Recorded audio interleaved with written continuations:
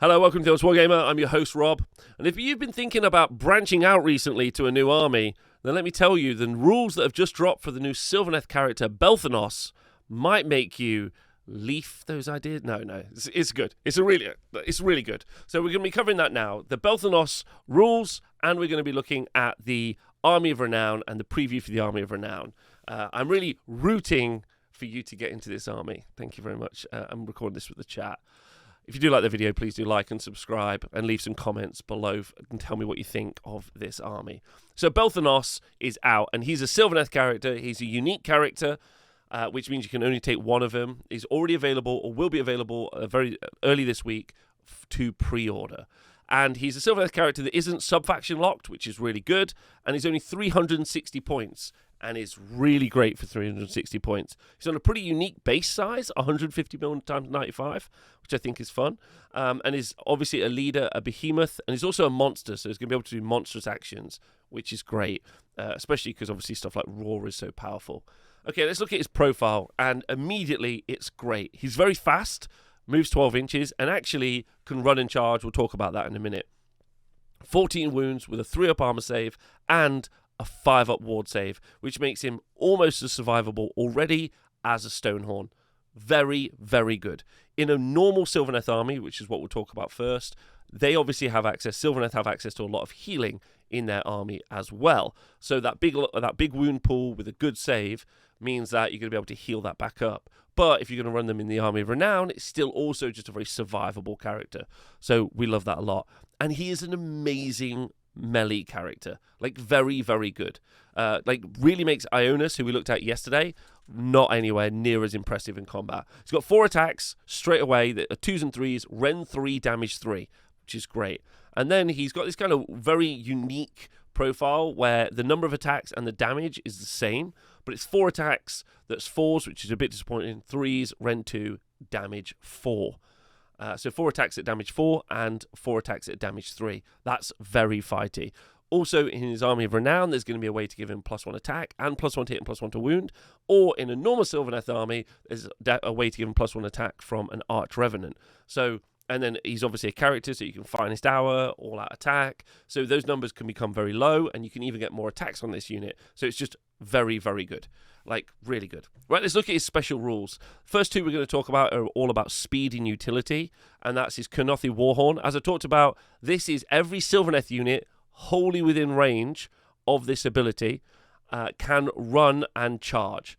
Now, this is so good because some of the Sylvaneth armies are very static. They kind of operate as like a base that they fire missiles out of.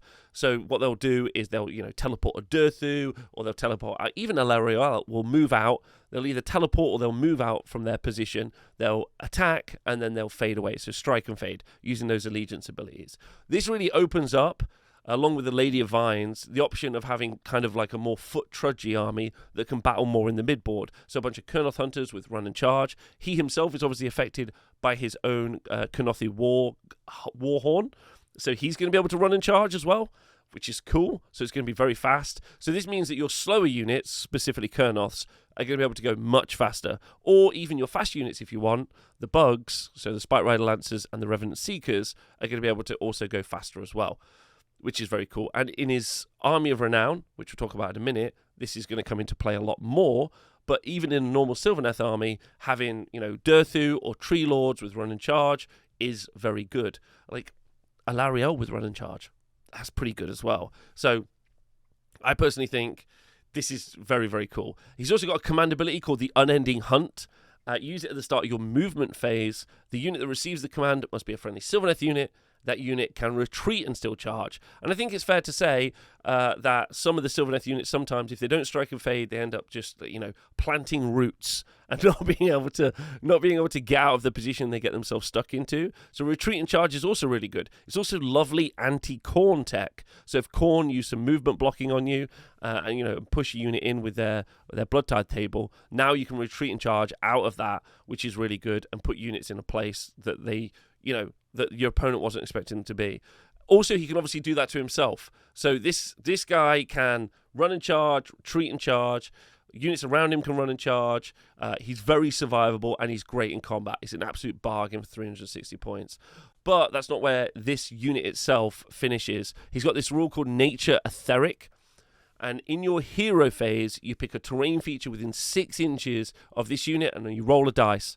On a 3+, you pick one scenery rule from the mysterious terrain table, and you basically apply it to that piece of terrain, which is good. The terrain feature also becomes overgrown. What I love about this is obviously being able to give a terrain feature arcane so that you get +1 to cast. So if you're playing in a Sylvaneth army, Alariel or your Warsong Revenant is going to be able to get +1 to cast. That's very, very good in my opinion. Very, very cool. Very effective.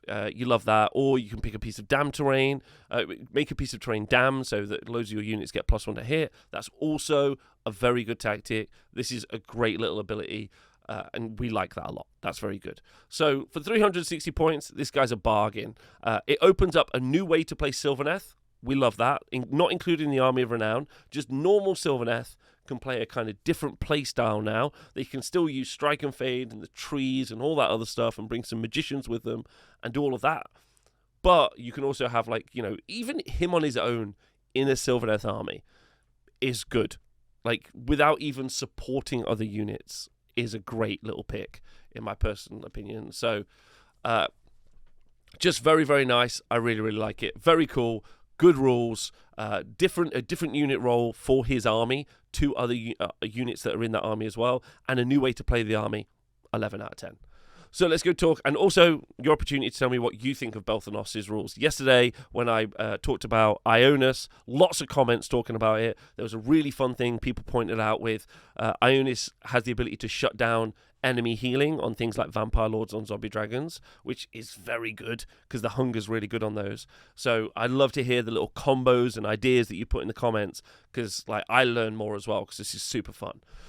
So let's go look at the Army of Renown. And the Army of Renown is pretty interesting because it's basically a bug war army. Thank you to the chat for that joke. A bug war. It's called the Evergreen Hunt, and the army contains, obviously, Belthanos, and then an Arch Revenant is the only hero you can pick, Kurnoth Hunters, Revenant Seekers, and Spite Rider Lancers. So the 2 bug cavalry units, and then Kurnoth Hunters. They'll all most likely become battle line. The Arch Revenant probably won't be battle line. This does mean that you don't have any access to wizards. And wizards is obviously a big part of a Sylvaneth army. It also means, other than Belthanos, you don't get access to any monsters either.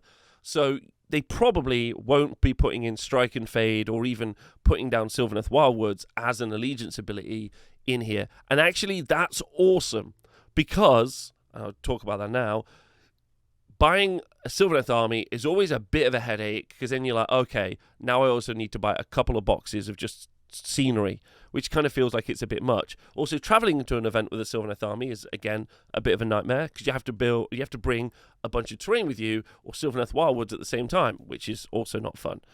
So taking that away and giving you the option of just being like, cool, I'm just going to take all of these elite units. It's also be a very low model count army.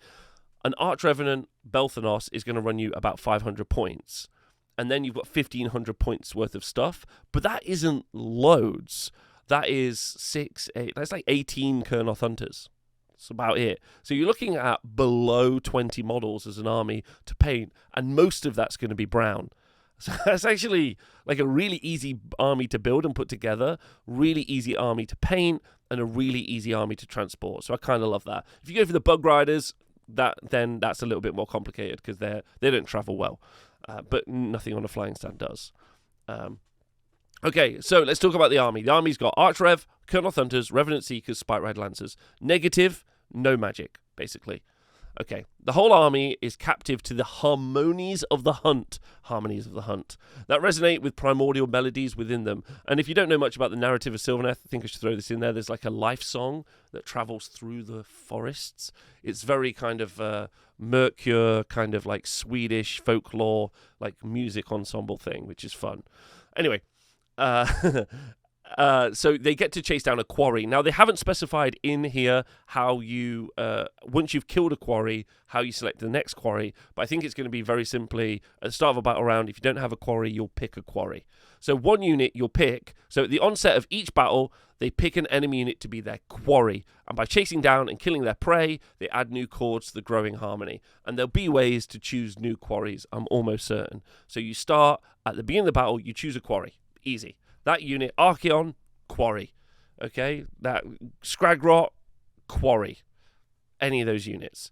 And it's going to be really interesting what unit you choose to be the quarry. So, once you've chosen your quarry with this Army of Renown, you then will generate chords. I know. It's a bit of bookkeeping, I know. But at the start of each battle round, after priority has been rolled, you generate your chord amount for your Bugwar army. Okay? Chords. And the way you generate chords is this. If you've got Belthanos on the battlefield, generate one chord. For each friendly Evergreen Hunt unit, that's the Army of Renown, wholly within the same large quarter of the battlefield, so the board is split up into 4 quarters, then you get 1. So if I've got Belthanos and 2 other units in the same battlefield quarter, same quarter of the board as my quarry, I'm going to generate 1 for Belthanos and then 1 for Belthanos and the 2 other characters in the same large quarter. So that's going to be 4 in total. Okay? Easy. And this is going to be a fairly MSU army, multiple small units. They'll all be very elite units, but you're not going to have loads of units because all of those units are fairly expensive. Like, Kurnoths are fairly expensive, the Bug Riders are fairly expensive. So you might not have tons of units to generate lots of chords, but you could also, potentially. I really love the idea as well of when they select your unit to be the quarry, you put in your quarry kind of in the middle of 2 board quarters, and then you just redeploy into the other board quarter, ruining their chances. But anyway, so you generate the chords, and there's one last way to generate a chord, which is for each quarry that you've destroyed during the battle. So my assumption is that you can obviously choose multiple quarries. So you've got to destroy one, and then you get another. Okay, so you definitely will always start with 1, and also probably worth saying that at the beginning of the battle, so battle round 1, the battle round will start, you'll have Belthanos on the board, so the most you'll have is 1 point. And then most likely from battle round 2 onwards, you'll have more chords. Okay.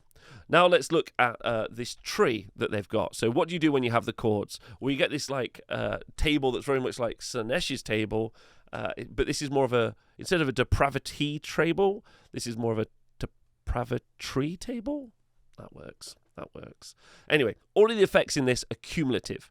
Okay, so generate the chords at the start of the battle, and then you see where you are on the table, and all of the effects are cumulative. So if you do get up to 6, then 3 to 5 is going to work, 2 is going to work, and 1 is going to work. Okay, so what do you get? At 0, no effect. At 1 point, which you should always get because Belthanos will be on the board, you add 1 to run rolls and charge rolls for friendly units wholly within the same large quarter of the battlefield as the quarry. This is great, obviously. +1 to charge, great. +1 to run, great, especially in an army that can run and charge. So now all of your units are basically +1 to their move and are running and charging. Number 2, you're tuneful. Add 1 to hit rolls and wound rolls for attacks made by melee weapons that target an enemy unit wholly within the same large quarter of the battlefield as the quarry. This is insane. This is so good. +1 to hit, +1 to wound on any of those units that we talked about is so good. And it doesn't have to be attacking the quarry. It's just another unit in the same table quarter. So you're going to have just this really fast combat army. It's only in melee, but you're going to get +1 to hit, +1 to wound on all your attacks. So the economies of scale on that are massive. Then you go on 3 to 5. Melodic. You add 1 to the attack's characteristic of melee weapons used by friendly units while they're within 3 inches of the quarry. So this, you do have to be next to the quarry. So you have to be either attacking it or you have to have a bit of your unit near the quarry. But +1 attack is great. Obviously, mix this in with the Arch Revenant for +2 attacks. You could put that on Belthanos. Belthanos with +2 attacks on all of his melee weapons with +1 to hit and +1 to wound is going to ruin stuff, in my opinion. Like, just ruin stuff. And then finally, you got Malefius, which is for 6. While a friendly unit is wholly within the same large quarter of the battlefield as the quarry, it is eligible to fight in the combat phase if it's within 6 inches of the quarry instead of 3 inches, and it can move an extra 3 inches while it piles in. So 6-inch pile in from outside of 6 inches. On the bugs, this is going to add an additional bit of range to it as well, which is huge. This is so good. Uh, this is really good. It means also one of the problems with this army, because it's not going to have much shooting. It can have some, because Kurnoth Hunters have got bows, but it's not going to have a way of getting rid of screens. This means you can charge in a couple of units into a screen. One unit can kill the screen, the other unit can pile in 6 inches. And because it's outside of 6 inches, the enemy unit can't pile into you. So you get to, the activation's really fun, because you basically get a pseudo always strikes first on units, which is actually very scary. Very scary. And then, so just very good. And so that's what you get. So but you would get all of those attacks, all of those effects. So you would get piling from 6 inches, +1 to hit, +1 to wound, +1 to run and charge. So this army's going to be fast. It's going to hit hard. It's going to do a load of damage. It's going to maybe struggle on recursion and healing, but you can do that with taking some Revenant Seekers, because they can put Kurnoth Hunters back into units. So that's kind of maybe a way of dealing with that. So that's going to be a bit of an issue, I think. But it's definitely going to be a very fun, easy army to play that's going to do a lot of damage, which we love. And then in this Army of Renown, there's going to be 1 command trait, 1 artifact to power, 1 grand strategy, and 3 battle tactics, which they're going to release as well. So this is one of those, for some reason, some of the Armies of Renown are getting like 3 command traits, 3 artifacts, but then for some reason, some of them are only getting 1. So they're very specific. Now, this is the opportunity for you to tell me what you think about this Army of Renown. And I want to make another point, kind of expand on what I talked about yesterday with Armies of Renown. I really see the benefits of these Armies of Renown at the moment, because I think what a lot of people are saying is that they would like to get into Age of Sigmar, but building lists is very complicated and over the top. And it's much easier to put one of these Armies of Renown together and buy it and build it. And it's quite an interesting take. And again, not necessarily designed for me. I like that Belthanos works in a Sylvaneth army. And I recognise that Trug doesn't really work in a Gitz army. So I think it's harder for Games Workshop and the rules writers to have done what they've done with Belthanos, where he's going to work both in the Army of Renown and give you a new way of playing, and also work in his army. But I think that's a real benefit to the community. And I think at this point, I'm really pro Armies of Renown. If they're too strong, like if an Army of Renown is specifically too strong, that's going to be a problem, because Games Workshop generally doesn't tend to change rules. So that's a problem I definitely can see in the future, and it's a problem that has happened in 40k, and I don't want to happen in AOS. But it's a really nice way for new people to get into the hobby, or even existing Age of Sigmar fans who get really intimidated by building lists to get into the hobby, and I think that's really good. And I'm a big fan of that, so I think that's cool. The other thing is I can't really see them existing into 4th edition Age of Sigmar, which is next summer. So I'd be a little bit cautious of dropping, £500 or £600 on a brand new kind of army archetype that may only be around for 6 months. But, that's what it is in a Games Workshop game. Anyway, I hope you've enjoyed the video. Loads of love from me to you. Hope you had fun. Like and subscribe. You could join Patreon if you fancy it. That'd be cool. Thanks very much. Have a nice day. See you soon.